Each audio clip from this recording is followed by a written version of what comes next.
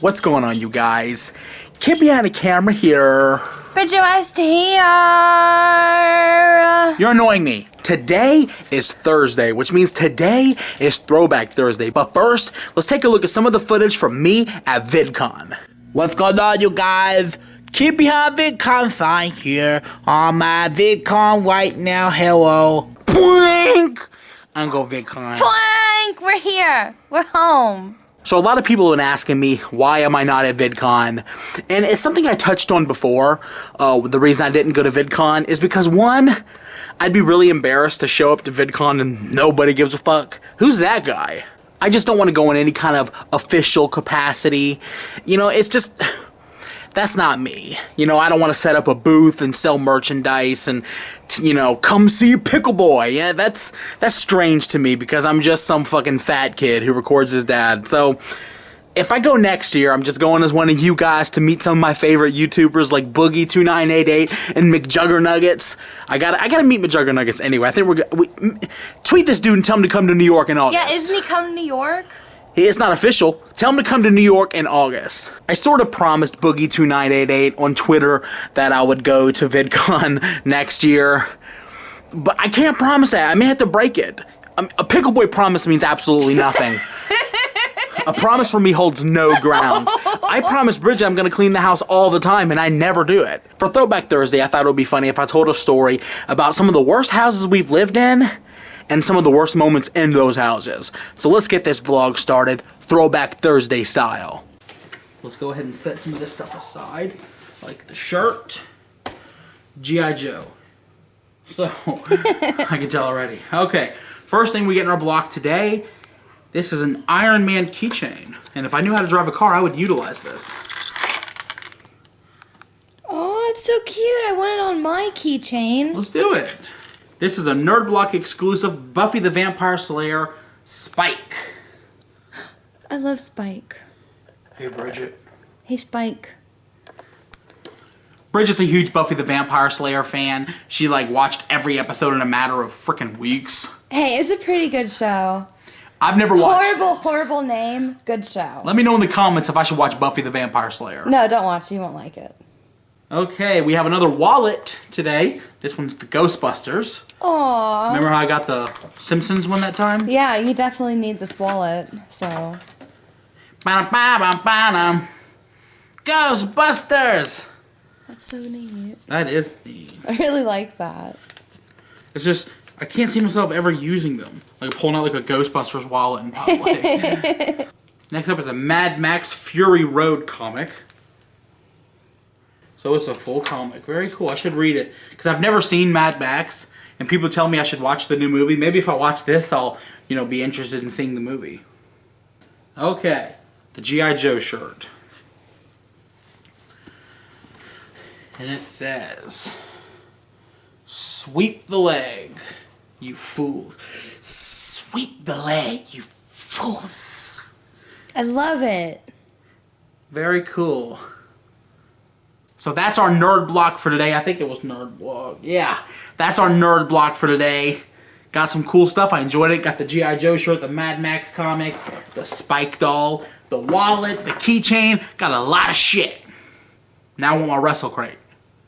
Lazy's just laying over there, Bridget. Look at that. Oh. Lately, Lazy and Felix have been fighting with each other. I know, it's so weird. They were like best friends. Hey, Felix. He's like, I'm not talking to you. I don't want to be in your vlogs. Okay, back to Lazy, who is looking at me and wants to be in the vlog. Look! Fuck you! I'm going to the door. Oh my god. So I don't know the deal. Lazy and Felix just have not been getting along. Lazy goes up to Felix and Felix, shh. That's my impression of a cat. Shh. I mean, what is going on with Is that a dead-on impression of a cat? You should probably be in Hollywood for that. You think? Yeah. I think I could be a famous Hollywood actor for this. Oh, Michael! Are there any talent agents out there? Shh. I thought you were a freaking tiger. No, I was being a cat. You know, that comes from a real place. Back in the day, Dad and them convinced me that I had the best dog impression, like puppy impression. I used to be like, and they'd be like, God damn, that's a good impression, right, Charlie? That's so good. Turns out it was bullshit. Oh my I thought all my life I had the perfect puppy impression. It was all bullshit. That's embarrassing. I told people in school, I tried to do it to friends, and they just weren't hearing it, and I was wondering what the deal was.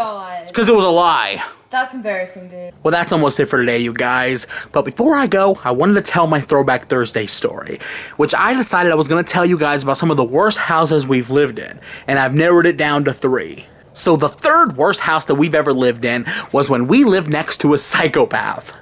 Yes, that happened. We lived next to a psychopath.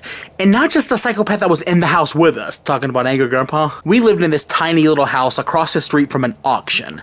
And because we lived in a tiny house wasn't why it's on the list. The reason it's on the list was our neighbor. So we had a neighbor named Daryl. And this guy, how can you describe Daryl? He had one tooth.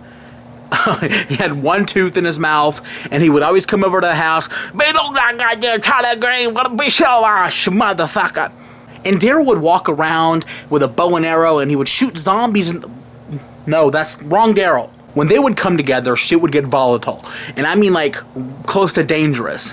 Somewhere along the line, there was a game of broken telephone between the two, which if you don't know what broken telephone is when somebody says something and they repeat it to the next person, and they repeat it to the next person, and eventually what you didn't say is what they think you said. Daryl was supposed to come over to the house and fix Grandpa's sink, and Daryl had to cancel and come back tomorrow, so Dad said something along the lines of, "Damn, I sure wish he would come fix it tonight." Well, that got carried over by, I don't know, Kim, Jennifer, somebody carried it over to Daryl that Dad said, "Fucking goddamn Daryl didn't fix my goddamn sink. Fuck him." So Daryl had a message for Grandpa.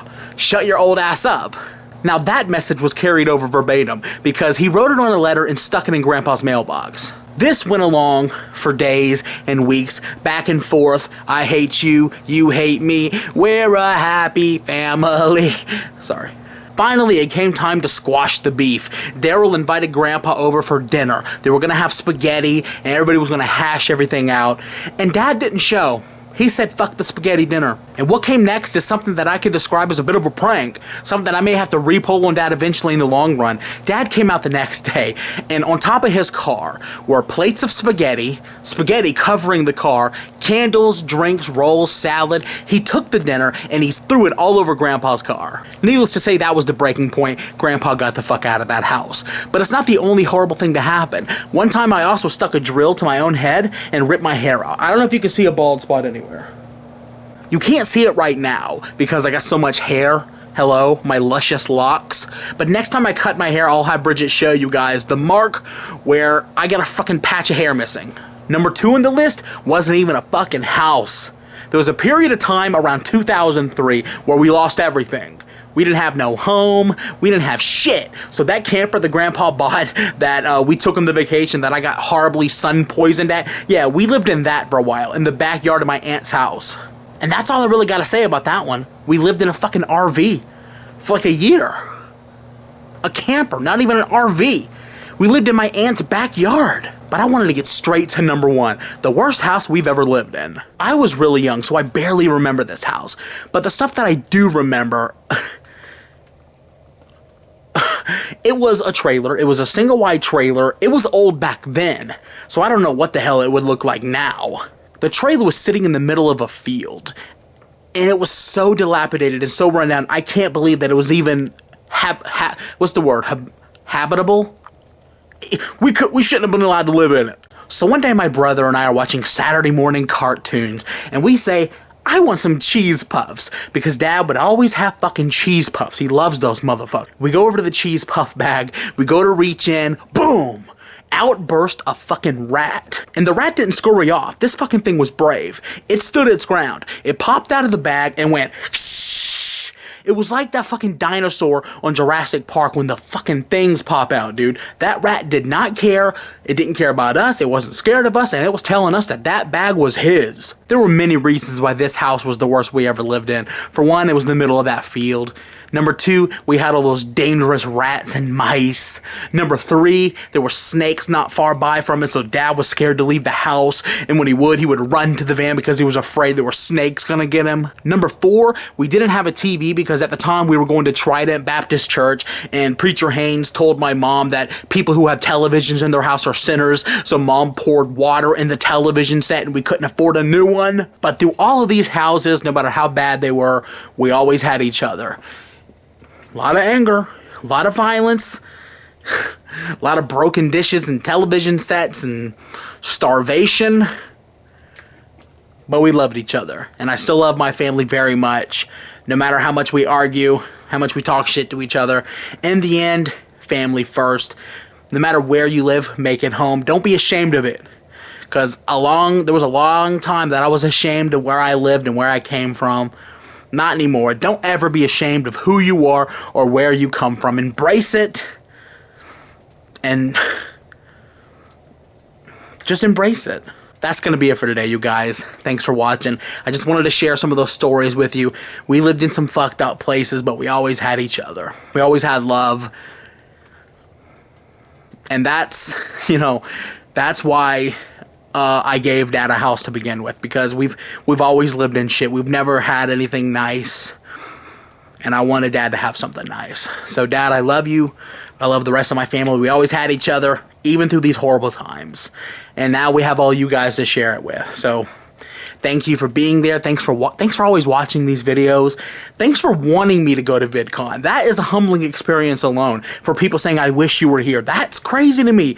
People want to talk to us, and that's humbling beyond belief. So thank you guys for all the support and all the love and all the respect. It's amazing. Thanks for watching, you guys. Like, subscribe, favorite.